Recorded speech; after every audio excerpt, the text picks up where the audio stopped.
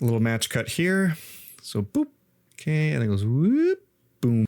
Hey, I'm gonna show you a few tips and animation techniques I use for this project. So if you look right here, I had these two triangles come up here. I used similar motion and composition to accomplish this match cut. And the reason why I don't have anticipation here, because usually I recommend having anticipation for most motion, but the reason I don't have anticipation here is because we're already looking at this motion designer's text, so our eyes are already right here.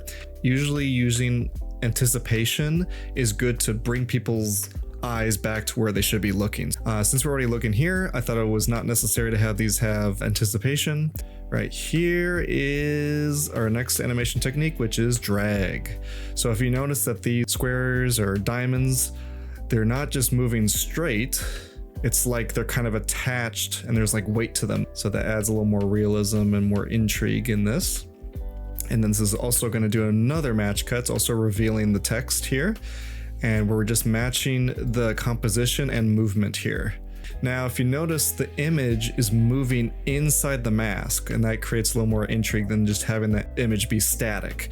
Because a big tip with motion design, you always want to have something moving. You don't want to have like a still frame of nothing happening. So it's best for you to always have things constantly in movements, but you don't want it to always like be nonsensical. You don't want the motion to not make sense compared to the message you're trying to provide. So here I just have very slight motion in the picture going inside of the mask, and this is also anticipation here. At the fastest moment, I have it move to this part here. So this part was actually really tough to do because of this little toggle thing here.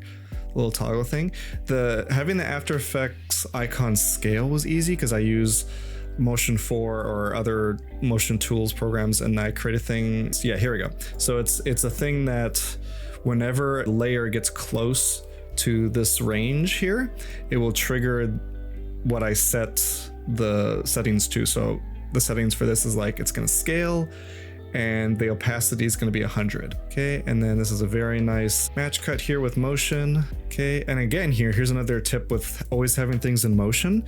If I could have just had my profile picture reveal and just be static, like it just stays there while these circles are moving, but it adds a little more intrigue when it's slightly scaling in and moving at the same time.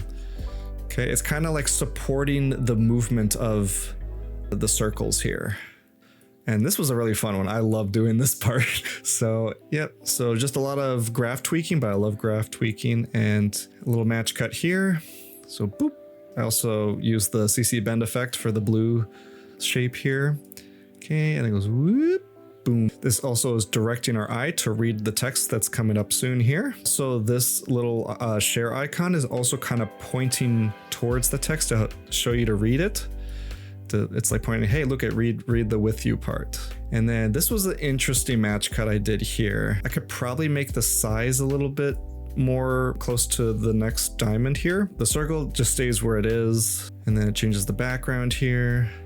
Yeah, basically I just had a scale match cut just to go down to here, create, oh look, I see a little error here. Usually you want to make sure every frame of your animation looks good, because this right here, that is a mistake. So one of these should not be revealed here. Okay, and then this is one of my favorites actually. I didn't know what I wanted to do for the ending, or like how I could transition, because I wanted to end this project with a video of me talking about what I like about these flashcards.